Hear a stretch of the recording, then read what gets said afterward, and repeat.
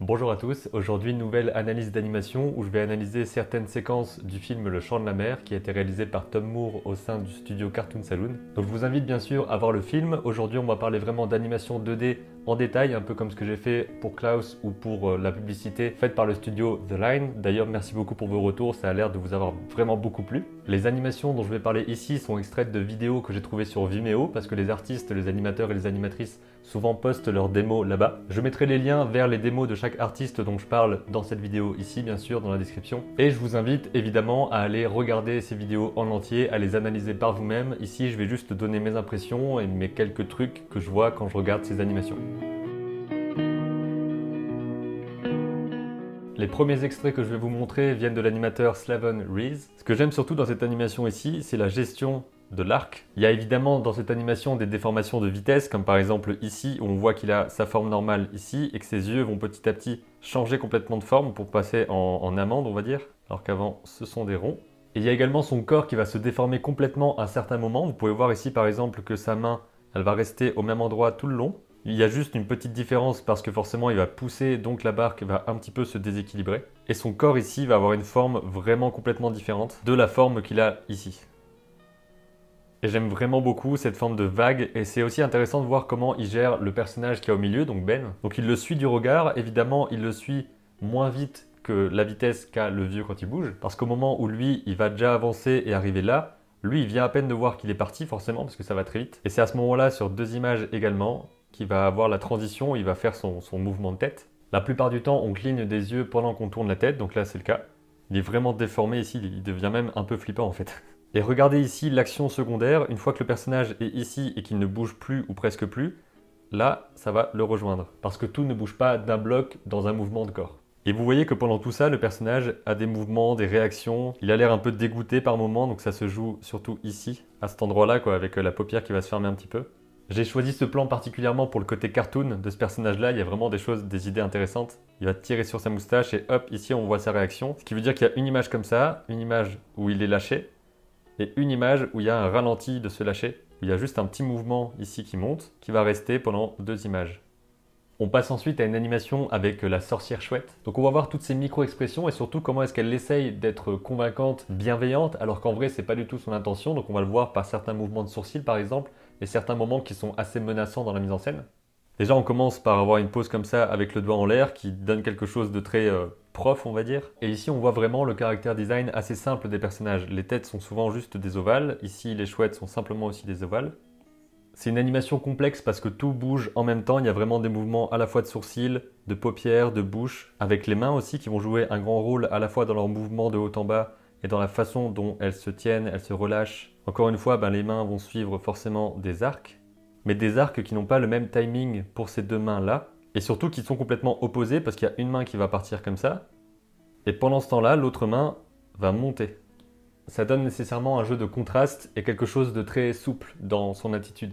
Là, on va avoir juste après le fait d'avoir poussé une anticipation, donc elle va se pencher pour pouvoir ensuite se relever, donc là, le mouvement de caméra augmente aussi cet aspect-là. Et ensuite, hop, elle lève les bras, donc encore une fois, forme extrêmement simple et très très plaisante à regarder. Son expression aussi change parce que là, elle a vraiment l'air beaucoup plus menaçante qu'avant, elle baisse les yeux vers nous. Lorsqu'elle arrive au sol, on a forcément pour l'atterrissage des mouvements de déformation. Donc on a une accélération puis un ralenti puisqu'on a un dessin sur une image, un dessin sur une image, puis ce dessin-là sur deux images, et ensuite le ralenti. Avec forcément aussi ces joues qui vont arriver un peu après. Et c'est un truc qu'on voit souvent dans les personnages malveillants dans les films d'animation, c'est le fait qu'ils plissent les yeux, ils les ouvrent en grand, ils les replissent, exactement comme ce qu'on voit ici. Donc elle plisse les yeux, elle les ouvre en grand pour te convaincre qu'il faut faire ça, et elle les replisse. Et là vraiment c'est le regard pour essayer de convaincre en fait. C'est vraiment par là que ça passe, j'ai l'impression. Donc si vous voulez animer un personnage qui a de mauvaises intentions, étudiez vraiment ce genre d'attitude en détail, ça a vraiment beaucoup de choses à vous apprendre. Sur cette animation-là, j'ai juste envie de vous montrer un petit peu comment gérer de la physique, donc le poids des choses, parce que là, il est en train d'essayer de se débattre dans l'eau, et ensuite il remonte sur sa petite barque. Donc là, on a le personnage qui va sortir de l'eau, donc pour ça, il y a une déformation forcément, et ça va assez vite, parce qu'on est sur des 1. Forcément, ici, c'est exactement le type de mouvement rapide dont je parlais, c'est juste que certains dessins sont assez proches les uns des autres, comme par exemple ici, où on a juste un ralenti sur sa main par rapport au mouvement beaucoup plus rapide qu'il y avait au début. La perspective et le volume du personnage a quelque chose aussi de très important ici parce qu'il va partir en arrière, ce qui veut dire qu'il faut comprendre que son corps est comme ça. et que sa tête part vraiment vers l'arrière. Et que l'arc ne va pas être comme ça avec quelque chose qui va de la droite vers la gauche, mais il va être comme ça avec quelque chose qui va de l'avant vers l'arrière. Donc c'est pas du tout pareil en termes de taille des éléments. Là c'est intéressant je trouve de voir qu'il va prendre son inspiration et gonfler les joues avant de tomber dans l'eau. Et ensuite pareil, son pied va à chaque fois sur 2 images monter. Cette pose-là est particulièrement intéressante je trouve avec la forme de la bouche. Et là on peut voir que sur ces images-là, avant d'être curieux de voir qu'il y a quelque chose et qu'il peut s'y rattraper, donc on le voit dans son regard, avant il est juste complètement fatigué en fait, complètement épuisé par ce qui vient de se passer. Donc il y a vraiment des micro-expressions qui durent pas longtemps parce que là on le voit à peine sortir, il y a 1, 2, 3, 4... Ouais, il y a 4 images. Même si on les voit très furtivement, on sent vraiment les micro-expressions et on ressent ce que pense et ce que ressent le personnage. Et ce que je veux vous montrer particulièrement ici, c'est le fait qu'il s'accroche et dès qu'il s'accroche forcément, la barque va tanguer un petit peu. Et c'est ça que j'appelle la gestion de la physique, c'est qu'il va devoir approcher en tirant dessus, son bras va débarquer et s'appuyer dessus. Donc ses bras ici sont plus longs qu'habituellement parce qu'ils sont étirés pour faire l'action. Ensuite, il y a une anticipation parce qu'il va devoir d'abord tirer un petit peu vers le bas pour ensuite pouvoir remonter, tendre son pied. Et à ce moment-là aussi, il y a plus d'images quand il essaye de monter que quand il tombe. Avec la gravité, il y a sa tête qui est en plus énorme, qui va faire contrepoids, donc forcément, ça va aller très vite ici pour ensuite tanguer de l'autre côté parce que forcément, lui, il tombe vers là. Donc la barque, elle doit passer de ça à ça. Donc voilà, juste un petit point sur le côté physique, sur le côté poids, parce qu'évidemment, quand on dessine de l'animation, il n'y a pas de poids qui existe, c'est juste à nous de le faire par rapport aux relations entre les différents objets et qu'il faut vraiment analyser en détail pour pouvoir ensuite pratiquer et réussir à le faire. On passe à notre deuxième animateur qui s'appelle Ole Christian Leuken. Et on commence avec cette animation-là où on a de nouveau Ben et le vieux, je me rappelle vraiment pas de son nom. Et avec ce genre de notes ici, par exemple là on sait qu'on est à l'image 87 et il a prévu d'aller jusqu'à l'image 105 en faisant un dessin à l'image 93, à l'image 95, 97, 99, 101 et 103. Donc c'est comme ça qu'il va définir son timing, planifier globalement ses accélérations, ses ralentis, ce genre de choses-là avant de les faire. Et par contre là, on peut voir que pendant qu'il est en train de faire plein de gestes avec ses mains et tout, donc depuis le début du plan je crois, le personnage de Ben, ici il bouge pas en fait, il est toujours sur son image 47. Et c'est seulement à partir du moment où il remarque que sa main va arriver vers lui qu'il se met à bouger. Et donc on voit qu'il y a ce dessin à l'image 47 et ce dessin à l'image 69, ce qui veut dire que pendant 12 images, il a juste été complètement fixe. Mais 12 images pendant un film, c'est une demi-seconde, donc on n'a pas vraiment le temps de s'en rendre compte, surtout qu'on est pris par le mec qui est en train de gesticuler de partout.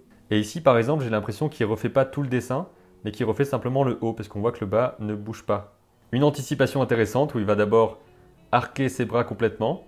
Là, on est sur l'image la plus exagérée, la plus forte de l'anticipation, où il est vraiment comme ça avec des angles très prononcés. Et ensuite, sa tête va partir avant ses mains en fait. Sa tête part là, alors que ses mains sont encore au même endroit que tout à l'heure. Et pendant ce temps-là, encore une fois, lui, il ferme les yeux et il bouge pas jusqu'à la fin du plan.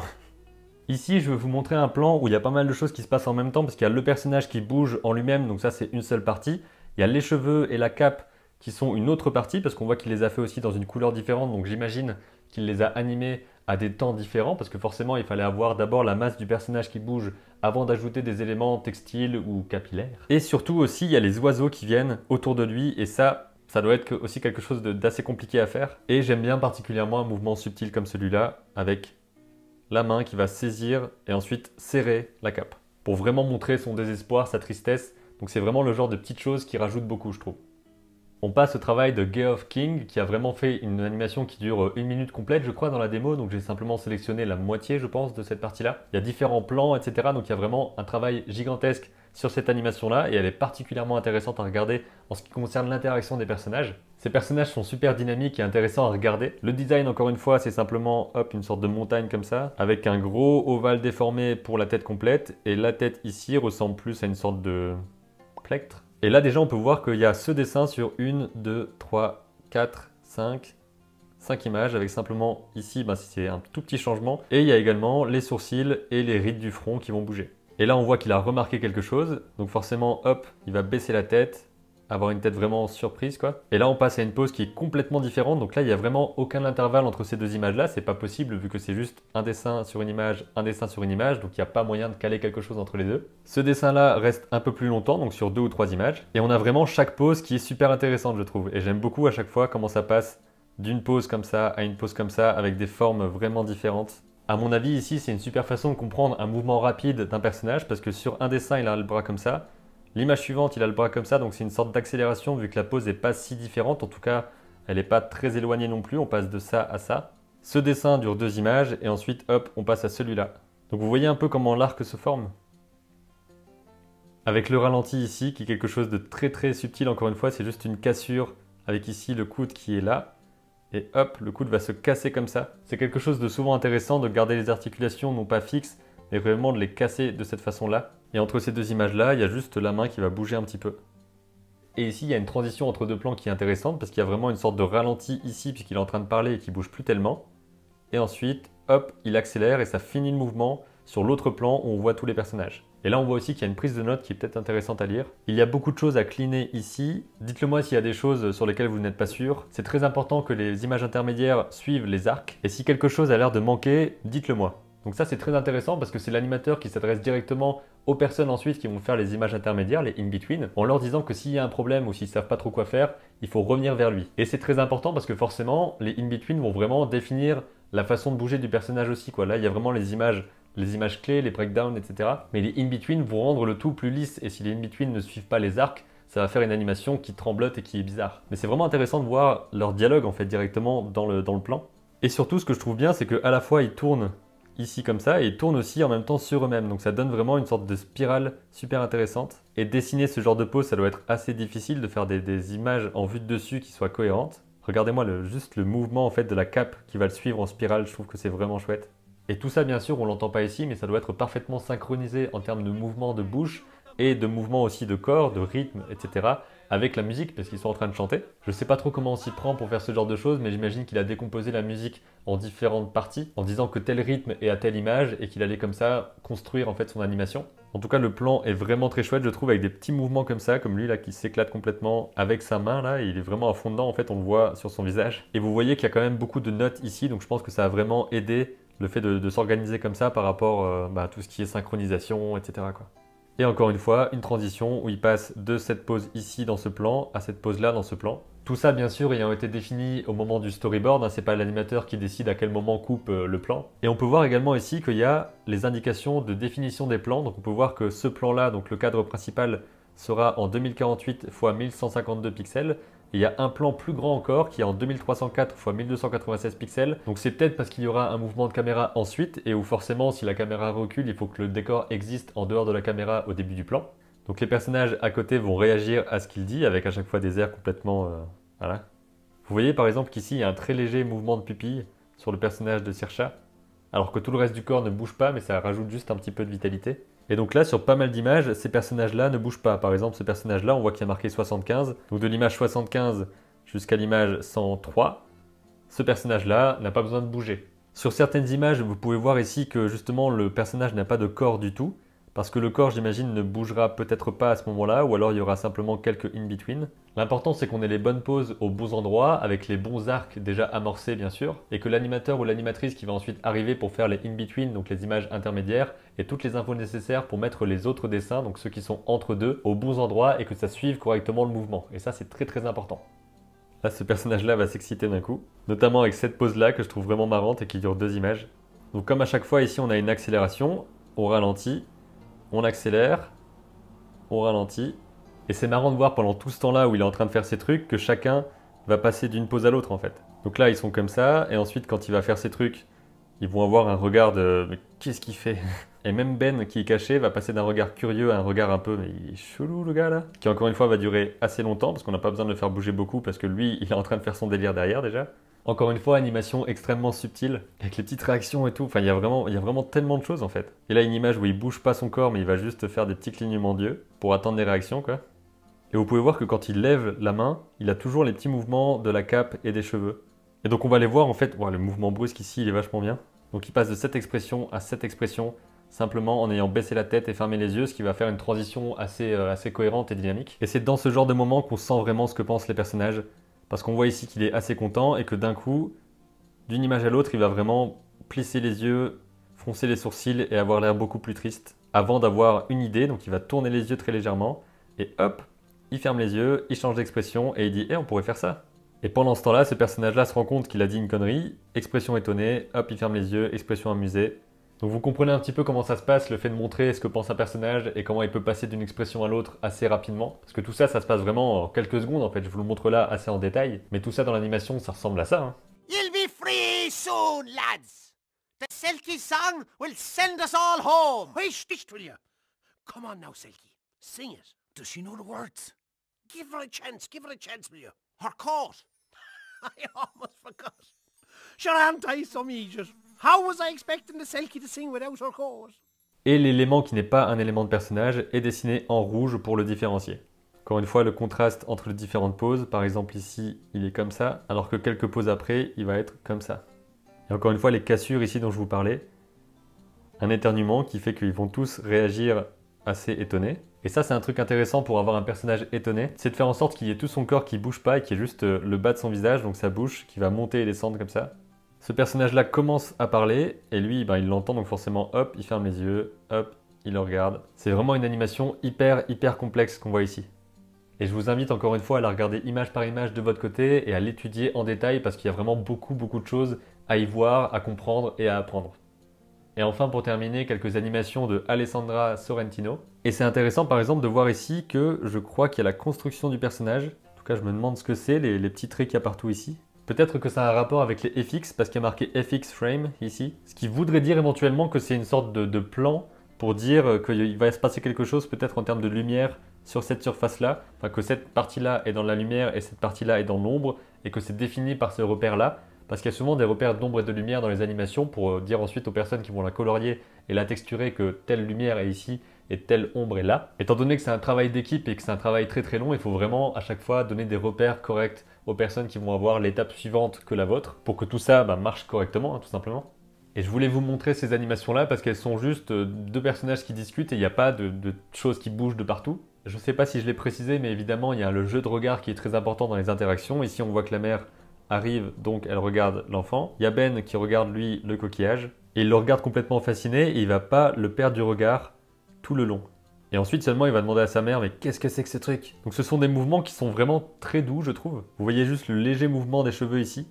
J'aime bien le mouvement ici, le fait que quand elle tourne la tête, lui, il recule un petit peu. Et ça fait un mouvement assez gracieux, je trouve.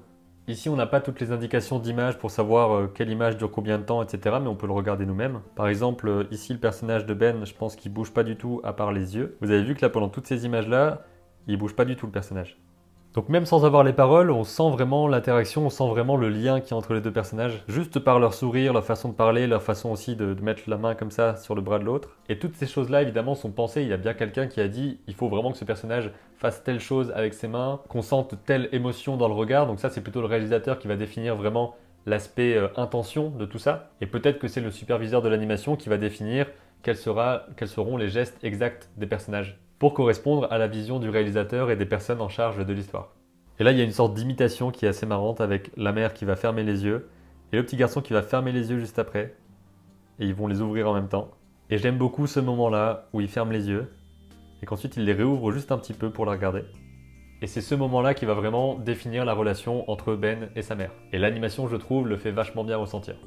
Voilà pour cette analyse d'animation du film Le Chant de la Mer. J'espère vraiment que ça vous a intéressé et que vous avez appris des choses, notamment sur l'animation d'interaction entre différents personnages. Encore une fois, proposez-moi en commentaire les séries, les films, les scènes d'animation en particulier que vous voudriez voir analysées de cette façon dans des vidéos, parce que je vais en faire d'autres encore une fois. Je vous dis à très bientôt en tout cas pour de nouvelles vidéos, et d'ici là, comme d'habitude, créez vos images et racontez vos histoires.